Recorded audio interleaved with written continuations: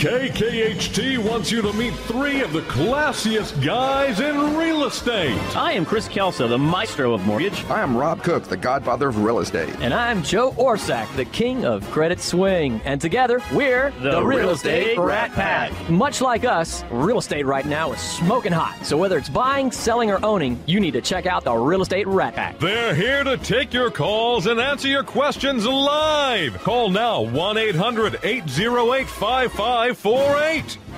And now, the Real Estate Rat Pack!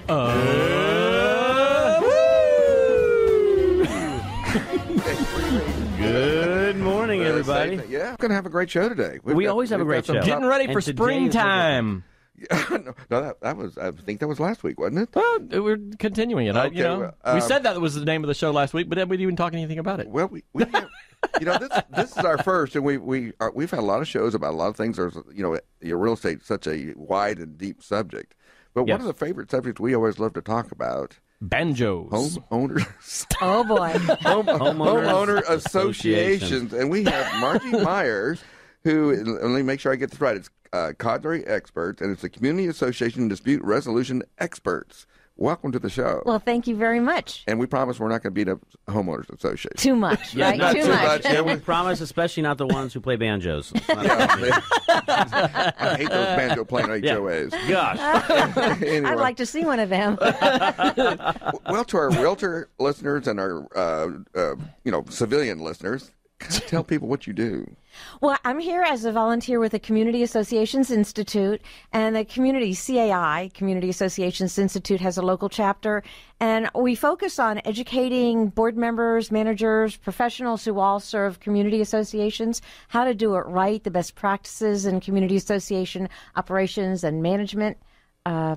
We want our board members, we want our management companies to not be complained about at the legislature and the media. We want to do it right. Yeah, well, How to do it right. That's a novel concept. Well, yeah, I've got some associations I'd like to pass on to you, so Yes. maybe you can contact them. Well, the HOAs, this is one of those animals where you only hear about it when it's going wrong. Right. When it's run smoothly and doing what it's supposed to do, it's in the background and nobody really even notices that it's happening. And that's why I think HOAs get such a bad rap is for that reason. Yeah, only when it hits the media. Yeah, but right. I am so glad you mentioned that, because National CAI, they're based in Falls Church, Virginia. National CAI runs a national survey every other year. They're surveying homeowners and board members, mostly homeowners. What do you think about your association? 93% of homeowners are happy with their homeowners association. 93%. That's a pretty high percentage. It is high. I'm sure. But the 7% are loud. Kind of a, Boy, you're so right. My only complaint is once a year, when I am not at home. Here we go. Right, when I'm not at home, and I did not take my trash can from the edge of the street to where it needs to be hidden. Is the one day they do their tour around and then write me up and say, please remember to remove your trash can from the street. It was just a nice reminder, I'm though, like, right? really? Of all the day, I've always have it away, but you have to write me up for that. Yeah, well, it happens. They're there, and that's their job, is to protect the value of the community, right? Right, absolutely. HOAs actually serve an absolute purpose. Because I would agree. People would paint their house purple and Right. have cars up on blocks in the driveway. So it's really important for maintaining values. Well, that's the last time I invite you over. Our producer's like, what? You can't have your car up on blocks? You can't paint it pink and purple? I'm getting that fixed. And everybody wants quiet enjoyment of their house. That's one of the things that you want. It's quiet enjoyment. If you have somebody who is not allowing you to be quiet, I want quiet enjoyment of your house. Well, I want my house to be loud and hopping. Bring your own steak. Yeah. And, BYOS. And so, anyway, so the association, again, most of the time it hits the media. We've had some legislative changes with association. Every time the 4th of July comes up, every time Memorial Day comes up, you always get that national thing that someone was not allowed to have a flag. Right. And now legislative, we've actually changed that you can't disallow somebody displaying the American flag on those holidays and things like that. But they still have to follow HOA regulations. That's right. You can have a flag. It just can't be a mile square, right? It's got to be reasonable size. I'm currently using my flag to shield me from the neighbor's house. There you go. But there's been some legislative change because it seems to be trying to seek that balance of too much control and not enough control. Which is we're trying to help self-control associations, so it doesn't. Yes, I'm sorry, that's not a concept. What is this self-control you speak of? We don't have to go to the legislature to have them dictate what needs to get done. It should be just common sense. Be reasonable. Be compassionate. Be empathetic. Be kind. And just think about these are your neighbors. Let's make this work among us rather than being dictated to by the legislature. And it's usually a minority owner. Somebody that has just, one person in the subdivision. Those random people again. There's those random people. And Thank you, they Larry. are protected class, but they're the ones that don't want to, follow the rules. Right. And they're often the ones who year after year after year have the same complaint in the legislature. There's the same people who show up. Not too many new ones. It's just the same folks who just don't like HOAs. My mile-wide flag just expresses my level of patriotism. That's right. And I should have every right to disturb the neighbors so I can display my patriotism. Exactly. One of the other rules that have changed a lot is coming up is that you can't kind of dissuade people from doing drought-resistant landscaping. Right. And so I know a lot of associations have set up where that you have to have certain, you have to have 2 oak trees in the yard or 2 Bradford pears or something like that. Right. And so I haven't seen that tested yet. Have you seen anything on that where people are trying to use drought resistant but the association is fighting them? Yeah, I haven't seen it personally, but I think that associations also need to conform to conditions. They need to be able to be flexible enough so that when we've got droughts, when things change, when the demographics. Yeah, thank you. Yeah. The demographics of the community change. We need to be flexible and change with them.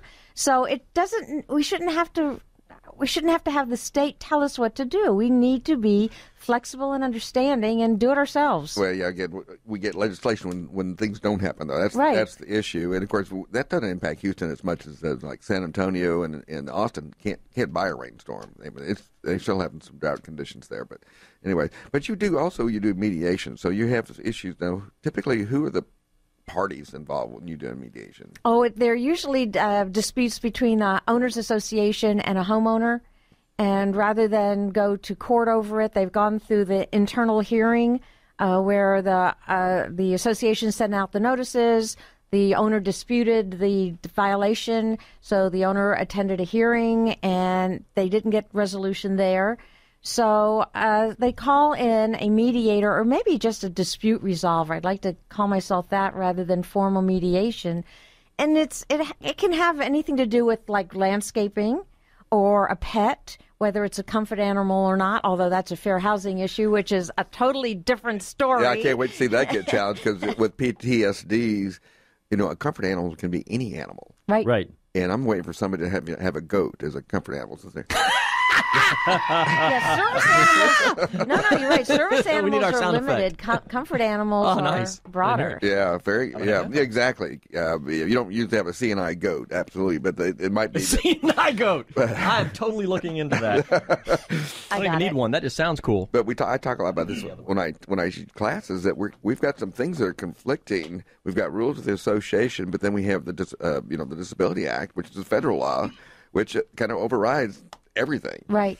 And so have you seen anything like that where people are fighting over those types of things? When it gets to fair housing, we really tell them, go talk to the attorney, because the attorney can tell you black and white what you can and cannot do, because these are issues that can't be mediated. When it comes to other things like having 2 pets instead of 1, how about there's a family that's got 2 cats, they're inside cats, nobody knows they've got cats because they're always inside, they're not allowed outside, they're declawed, they're inside. And a board member visits the home and finds out that there are 2 cats inside. And in this particular, say it's a condo, and the condo rules say you can't have any pets. What's reasonable? What's the intent of that rule anyway?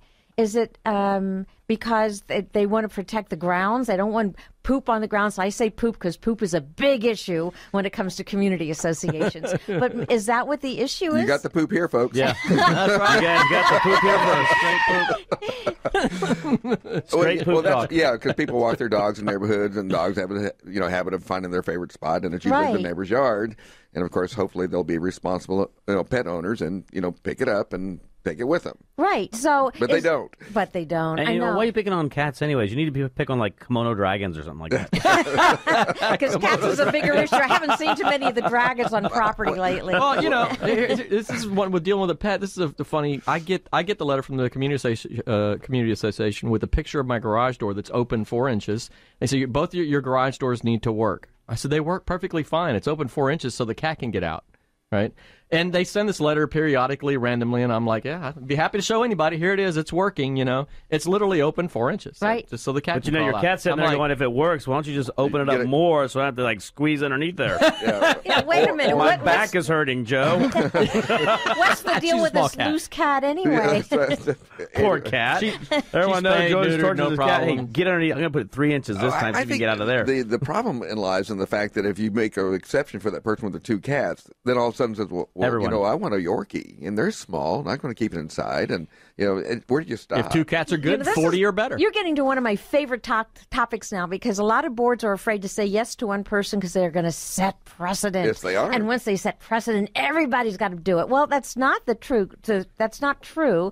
There's a special resolution that the board could pass. Special resolutions go whereas, now therefore. Right. And if in this particular situation there are indoor cats, they're never let outside.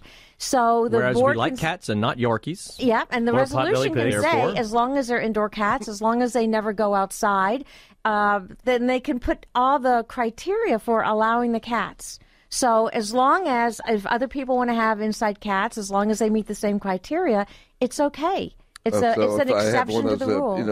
You know, those people that might be a little eccentric and decide to have 92 cats, and but they never go outside. Right, but the board can say you're limited. The board can say you're limited to 2.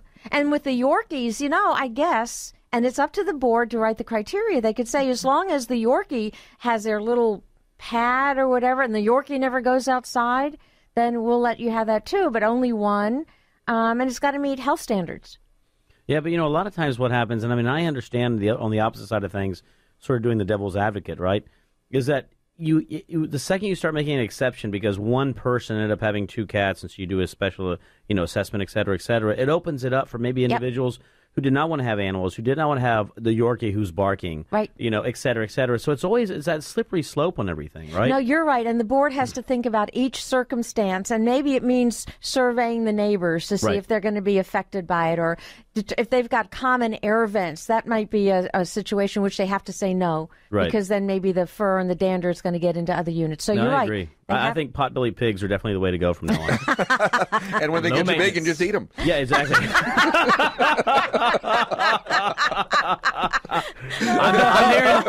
I'm hearing win-win for everybody. Yeah, exactly. What's for lunch or breakfast? Ralph, we're having Ralph for lunch. He was a great pig. He was a great pig. Pass me the bacon. He was a great pig. If I may, I know we're running out of time. I just want to give your callers their phone number because we have a hotline at 832-251-1874, or they can go online to the website at caihouston.org. We have an HOA hotline, free service for homeowners, board members who are having problems with their association or questions about it, and we've got a bunch of experts ready to ansur it for them. And by the way, you're not leaving, so we're going to keep your app until the next show. So. But it's I thought we could get out of here now. No. Houston.org. CAI Houston, right? That's Door right. locks behind you when you come in. CAIHouston.org. We are coming up against a break. Time flies when you're having fun. Stay tuned. We'll be right back.